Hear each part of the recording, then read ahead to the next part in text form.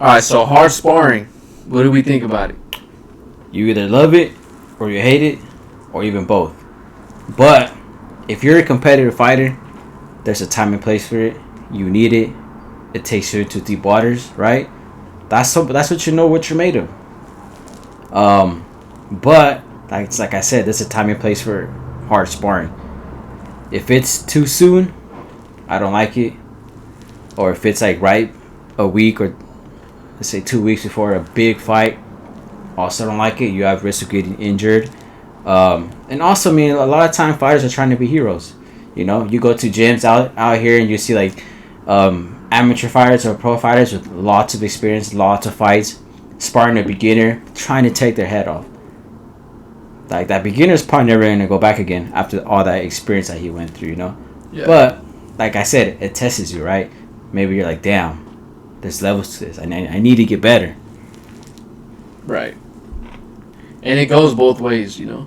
Yeah. Like, I feel like, my opinion, I agree with you on time and place. Yeah. If you got to fight and, you know, you have like a short period of time to train, you know, you probably already done with hard sparring. You know, now you just got to get sharp and do your best. But, because if it's too close to the fight, I feel like a lot can happen. You can risk injury. Yeah. You know, I've been on that side before. You know, I got, in my last fight, I got pulled out from the doctors because I had an injury and I didn't even know about it. I just thought I had a black eye. You know, and that was from hard sparring, you know, like, and like you said, there is guys that are more experienced that go and try to beat up the non-experienced guys. Yeah. And I hate seeing that because a lot of times I never see those guys back again, you know? You ruin careers. Yeah, sometimes, like, yeah, these kids will come back. They're like, oh, man, like, I got to get better. But most of the time, they don't come back. Especially if they're, like, already grown-ups with families and careers. They're like, man, I don't need this, you know? Yeah. And a lot of them are just doing it for fitness, or they're doing it for fun. And they want to try to spar. And they spar a guy who has 30 amateur fights. Just trying to take his head off, you know? I'm like... And I've been on both sides of that, you know? Like, I spar those guys, too, that probably have a full-time job. And I was just doing full-time boxing. And, man, I lit them up. You know, and then now I'm like, damn, that was wrong of me, you know, for doing that. But I've also been on the other side of that when I first started boxing. I was new to it, and they put me to spar fighters with more experience, and they try to, like, take your head off, right? But when you're up and coming, for me, I take that as a learning experience, you know. You learn from it. Because when you're an amateur, there's no losing. There's only learning and growing, you know. As an amateur fighter, I started when I was 9-10 years old, right? So everything was learning. I was learning.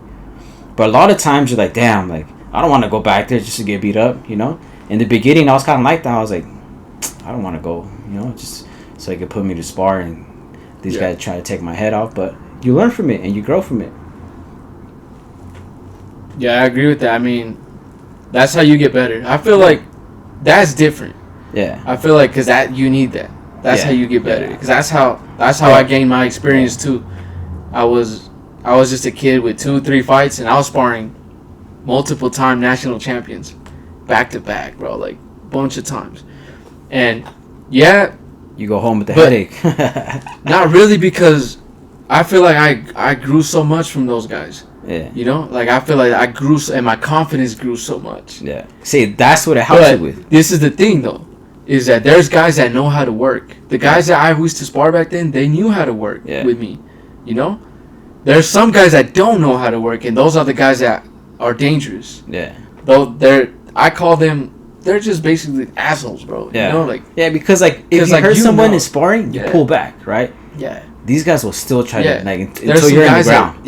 You know, they just want to knock you out. You know, like that's different. Yeah. You know, there's some experienced fighters that know how to work. Yeah. I always consider myself an experienced fighter that knew how to work. You know, like if I sparred somebody that obviously I could tell like I'm much better than him, I'm not gonna go and try to kill him. Now let's use this as an opportunity to learn. Yeah. You know, because even from someone like that, I can still learn. You know, like use it. Let me work on my jab. Let me work on my distance. Let me work on something. Since this guy's not on my level, let me work on something. That's how you learn. Yeah, that's how you learn. You know, you don't have to kill him. Yeah. You don't. Because, like, just like you said, you don't learn anything from beating them up, you know? Like, exactly.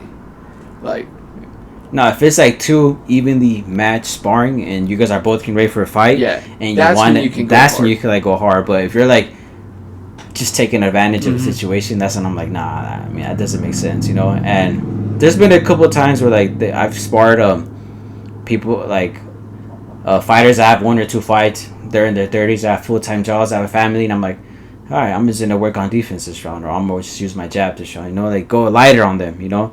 And so sometimes they try to be heroes too, like they hit you and like, oh, I'm gonna try to like show them what's up. So then every now and then I'll show them, you know, bam, like hit them with a good shot, good counter, just to put them in their place, you know. Because also like a lot of times I like to go at the level that they're also trying to go at, you know. If they're trying to like kill me, I'm like, all right, bro, like if you want that work, then all right, you go get that work, you know. Yeah, that's true. That's true. I agree with you. I was gonna talk about that too, because there is also like how we call them gym heroes or sparring heroes, that literally those guys sometimes don't ever even fight.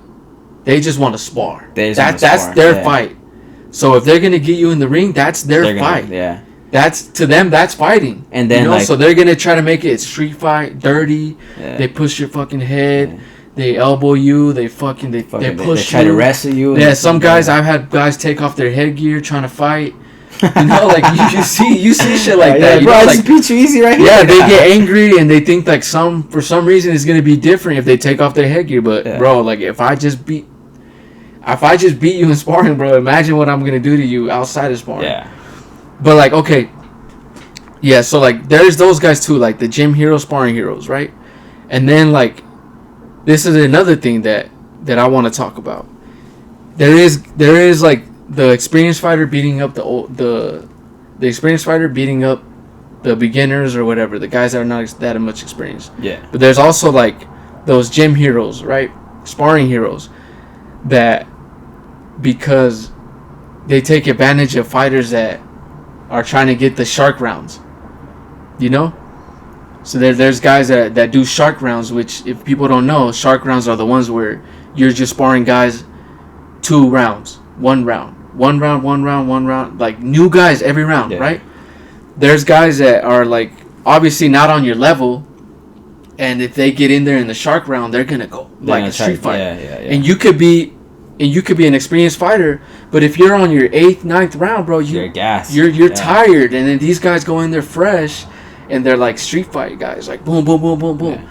Like that's kind of like also like another form of taking advantage. You know, like you can also take advantage of somebody like that. Yeah, that's true.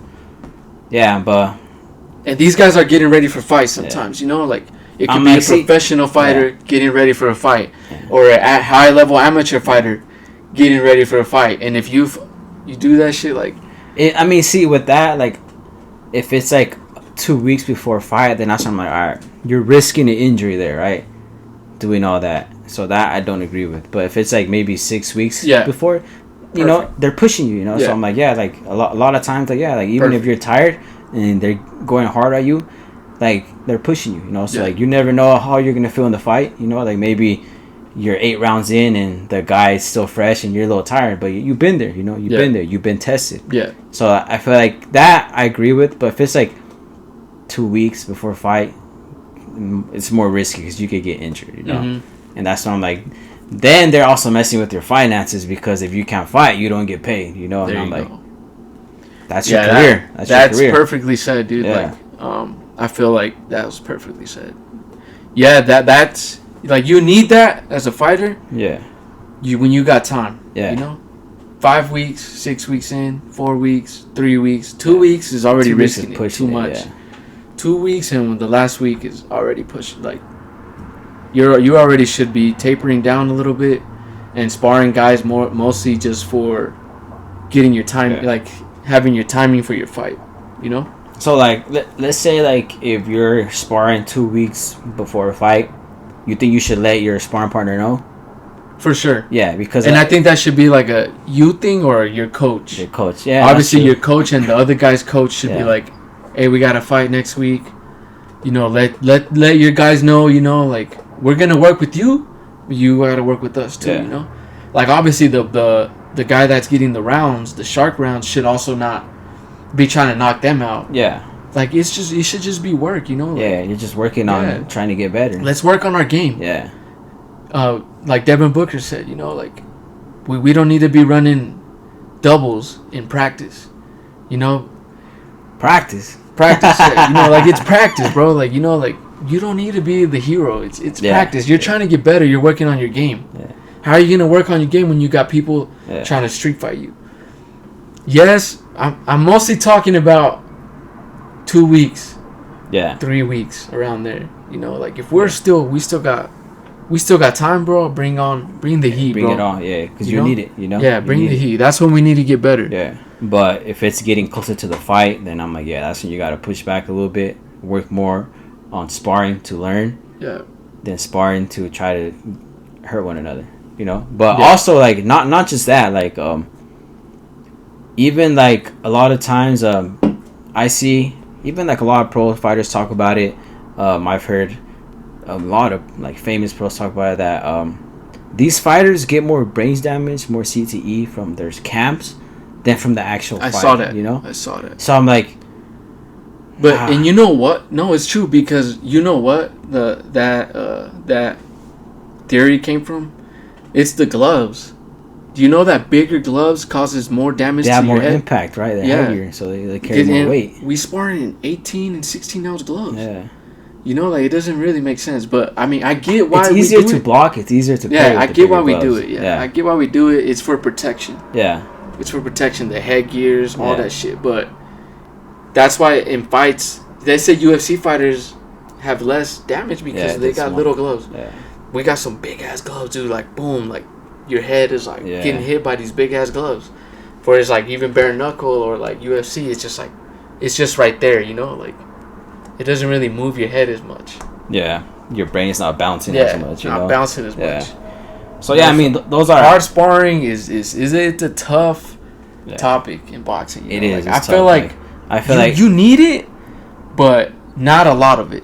That's what it is. That's what I was gonna say. Yeah, you need hard sparring, but not a lot. Because maybe if you're gonna do a hard sparring, 1 week if you got time. Yeah. Next week, let's do like a lighter sparring. And then we'll go back next week and get. That's why it's good to find like sparring partners that you're cool with, you know, and know how to work. Like you guys will be on the same page. Like, all right, today we're doing hard sparring, so don't get your feelings hurt. Mm-hmm. And then the next day we'll be like, all right, now we're gonna work on learning. All right, we're gonna work on defense, jabs, whatever, you know. But you're trying to learn. Yeah. And so I'm like, it doesn't really make sense that you're risking. I mean, I guess it kind of does. It's like a win-lose type of like situation there, right? When you're like beating yourself up that much during camp, right? You win a camp, right? You went hard in camp. You're like, all right, I trained my ass off. But then you lose your brain cells, you know? So it's like a win-lose. But you know, I'm like, I feel like that's what these fighters should know what they're getting themselves into, you know? Like, all right, like if you don't want to get your brain hit, it's not the sport for you. Because at the end of the day, you're gonna get hit. You might get CTE. Yeah. Who knows, right? And I think all the fighters know. You know, I feel like if you're in boxing, you should know already. Yeah. Like I've been hit many times. You have risk of CTE in the future. You have risk of even other stuff. Yeah, like there's been fighters that die in the ring. You know, like there's so many like people don't understand. Like as fighters, we literally risk our life when we get in the ring. Yeah. When we get in the ring. You know, like. I had an eye problem in my last camp. You know, I could have lost my sight. There, you know, like I could have been blind from one eye. You know, like we know all that stuff. Like it comes with the territory, and you know, like sometimes you just love the sport so much, and you know, like you're willing to take those risks. But I feel like as fighters, we know. Yeah. Everybody knows. You know, like there's ways to make it more safe. You know, to make it safer. Protect so I'm yourself. Like, like there's, and I don't know who it was, but I heard someone wasn't even like sparring that much. I mean, it was world champion. Maravilla. Who?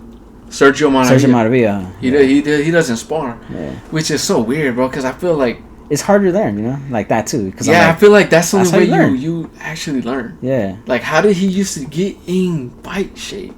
Yeah. And he did used to gas out in those last rounds, so he was always known to gas out. And I'm like, that's probably where that came from, because you need sparring. I feel like, in my opinion, you need sparring. Maybe not as much. There's some fighters that spar so much. I'm like, I don't think you need that much. 3 times a week. Yeah, no, I for sure don't think you need that much sparring, especially not hard sparring. Yeah. I feel like fundamental sparring, like where you learn. Yeah, that sparring, yes. Yeah, and then let's say like if you're like the 10% of these fighters are making millions, and hey, it's worth it for you, right? But if you're the other 90% who gets out of the sport with CTE, broke as shit, then you didn't really get nothing out of it. Then you lost. You know, you basically lost right there, because but I feel like I guess you could say you lost, but if you love it, that's what you love, then you really didn't lose. But I'm like, then when you try to talk to your kids or your spouse or whatever, you can barely talk to them, you're mumbling. That's when you're like, damn, like it comes back, it comes back. That's why like I don't get mad at these fighters that are like super defensive. They're hating and not getting hit. I'm not mad at it. I'm like, they're making their money and they're being safe with it. Like I'm like the Shakur, the Haney's. I'm like, people are mad because they're not engaging. I'm like, yeah, it sucks, right? Because it's boring. You don't want to watch it. But I'm like, hey man, they won. They make it look easy, and they going home with the bag. Yes, so I ain't mad about it. Yes, sir. Yeah, you should pay the bills. You should never let social media or even people in your gym or your circle influence, how you fight. Yeah. Like if you're doing good, you're hitting and not getting hit. Yeah. That's the name of the sport, baby. You're doing it right. Like the fans always. I love that style. Like I have that style. Like you're doing boxing right if you're hitting and not getting hit. I don't know why people get mad. Like the fans get mad. I get it though. I get it. Yeah. Sometimes you do. Even me as a boxing fan as well. I want to see. You want to see like some action, But the name of the sport is hit and not get hit. That's true. That's something like if you can do it and not get hit and leave the ring untouched and like that last Devin Haney fight. I'm not gonna lie, so it was much boring. Shit about it was boring, but I'm like, hey, I wasn't mad at him because like he won and he made it look easy, Even though he was running, he was scared of getting hit, but he left with the bag and he left with a lot of brain cells. He was cool, But I'm like, yeah, it was boring. Like I was trying to change that. It's true, I don't want to watch that, but hey, he won. He made it look easy. And sometimes I do like watching like the skill side of it and not just like brawlers going at it. But if it's just running, like pure running, then it gets boring. I'm like, he could have made that fight more exciting by just throwing more punches. But here's the thing: there's a difference between running and boxing. True. True. So some guys do run. Yeah. Devin Haney, that was a run. Yeah, Shakur Stevenson versus what's that dude's name? De Los Santos. That was a fucking track meet. He was just running. If you want like a good example of a boxer, watch the Floyd Canelo. He was staying in front of him. Mm-hmm. Right in front of him, he was still boxing. Like he wasn't running around. He was just slipping punches and countering off of it. So that's a good fundamental fight right there where you can learn how you can box and not run. Yeah, that's a perfect example. Because I'm like, but I'm not mad about it though. I mean, if I had those skills, that footwork, like Devin Haney, it still takes jab. It takes hella conditioning. Hella conditioning to do what they do. Like nobody is shitting on them because of that. Yeah, I think the people are just mad because like they want to see. They want to see more like an exciting fight. And I'm like, he could have probably stopped Jose Ramirez if he would have thrown more. Because when he was actually throwing, it looked easy, but he just doesn't want to get hit. Because when you do throw, you have that risk of getting countered, getting hit. And then a punch could change your fight. True. That's why you gotta protect yourself at all time. Fight good, fight smart. And going back to the sparring thing, guys. Don't try to be a hero. Nope. Just learn in sparring. Yeah. Learn in sparring. That's what sparring is for. You learn. That's what sparring is for. Just try to learn.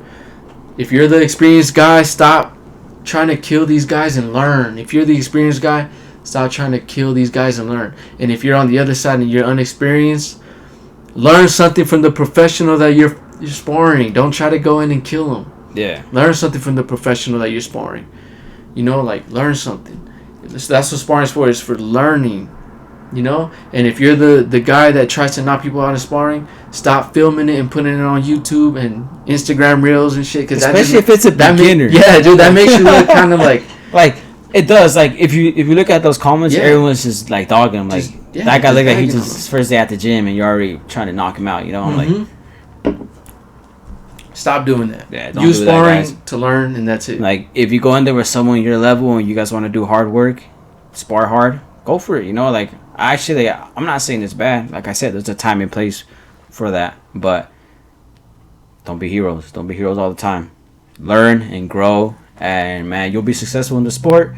If you go out there just trying to do hard sparring every single time, and you might still be successful, but when you get out of it, it's not going to be good. It's not going to be good.